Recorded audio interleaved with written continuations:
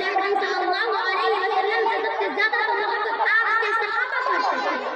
آپ کے سچے فدائی اور جانشار تو وہی تھے. آپ اگر شمع سما تھے تو صحابہ پروانے تھے. آپ گل نبوت تھے تو صحابہ کرام اس کی خوشبو تھے. آپ آفتاب علم تھے تو صحابہ ستاروں کی حیثیت رکھتے تھے. تو پھر آپ ان سے اس طرح کا کوئی عمل کیوں نہ رکھیں؟ کیا معاذ اللہ ان کی محبت میں کوئی کمی تھی جس کو آج کے نام میں ہم مسلمان پورا کر رہے ہیں؟ یاد رکھیے میرے بھائیوں اور بہنوں، نیکی کا کام وہی ہے جو قرآن و حدیث سے ثابت ہو.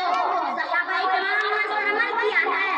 آج عید میلاد النبی کا جو جشن ہوتا ہے اور جس اہتمام سے اسے منایا جاتا ہے، اگر واقعی یہ کوئی خیر ثواب ہوتا تو نبی اکرم صلی اللہ علیہ وسلم نے ضرور اسے کیا یا کرایا یا کم از کم آپ کے بعد صحابہ کرام نے ضرور اس پر عمل کیا ہوتا.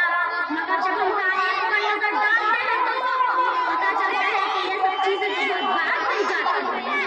صحابہ کو دور کی بات ہے. میرے بھائیوں اور بہنوں، ہمیں وہ عائشہ رضی اللہ عنہا کی حدیث ہمیشہ اپنے ذہن میں رکھنا چاہیے. اسے امام بخاری اور امام مسلم رحمہ اللہ نے اپنی صحیح کے اندر پائی ہے کہ من احدث فی امرنا هذا ما ليس منه فهو رد.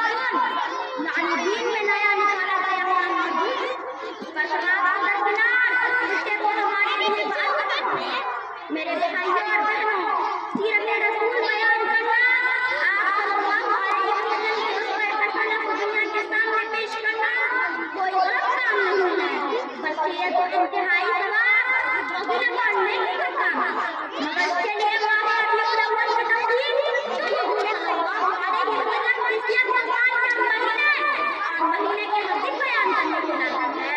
پھر اس پر غور کرنے کی ضرورت ہے کہ آخر دنیا میں اسلام اور صحابہ اسلام کے خلاف مقابلہ کے موقع کیسے کیے جا رہے ہیں؟ دہشت گردی اور دنیا پرستی کی جو متعدد پر لگائی جا رہی ہے، اگر ہم صحیح طریقے سے نبی کی سیرت کو دنیا میں عام کرتے ہیں، آپ کے اوپر ایک فیصلہ کو سارے عالم کے سامنے مدد طریقے سے اجاگر نہیں ہے. دلوں میں ایسی غلط فہمیاں ختم ہو جائے، لوگوں کو دل اپنے آپ اسلام کی طرف مائل ہو جائے. ہمیں ایک بات ضرور سننی چاہیے کہ اللہ کے رسول صلی اللہ علیہ وسلم سے اللہ کا یہ اللہ رب العالمین نے آپ کے بارے میں شہادت دی ہے وَإِنَّكَ لَعَلَىٰ خُلُقٍ عَظِيمٍ. یقیناً آپ بات عظیم ترین درجے پر فائز ہیں. لہٰذا اگر ہم نیا نامی کو چھوڑ کر سیرت رسول صلی اللہ علیہ وسلم کی شاخ میں لگ جائیں تو دنیا میں انقلاب برپا ہو سکتا ہے. کیونکہ آپ صلی اللہ علیہ وسلم کی بات کے بارے میں اللہ تعالیٰ نے قرآن مجید میں فرمایا ہے لَقَدْ مَنَّ اللَّهُ عَلَى الْمُؤْمِنِينَ إِذْ بَعَثَ فِيهِمْ رَسُولًا مِّنْ أَنفُسِهِمْ يَتْلُو عَلَيْهِمْ آيَاتِهِ وَيُزَكِّيهِمْ وَيُعَلِّمُهُمُ الْكِتَابَ وَالْحِكْمَةَ وَإِن كَانُوا مِن قَبْلُ لَفِي ضَلَالٍ مُّبِينٍ.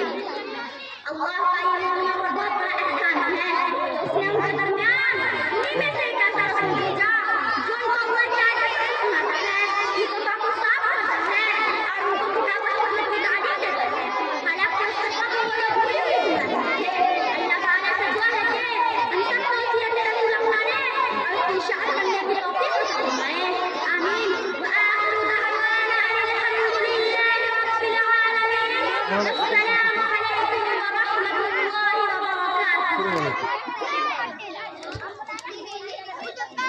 دنیا چہارم کی تمام طالبات سے میں گزارش کرتی ہوں کہ وہ اپنی جگہ لے لیں. درجہ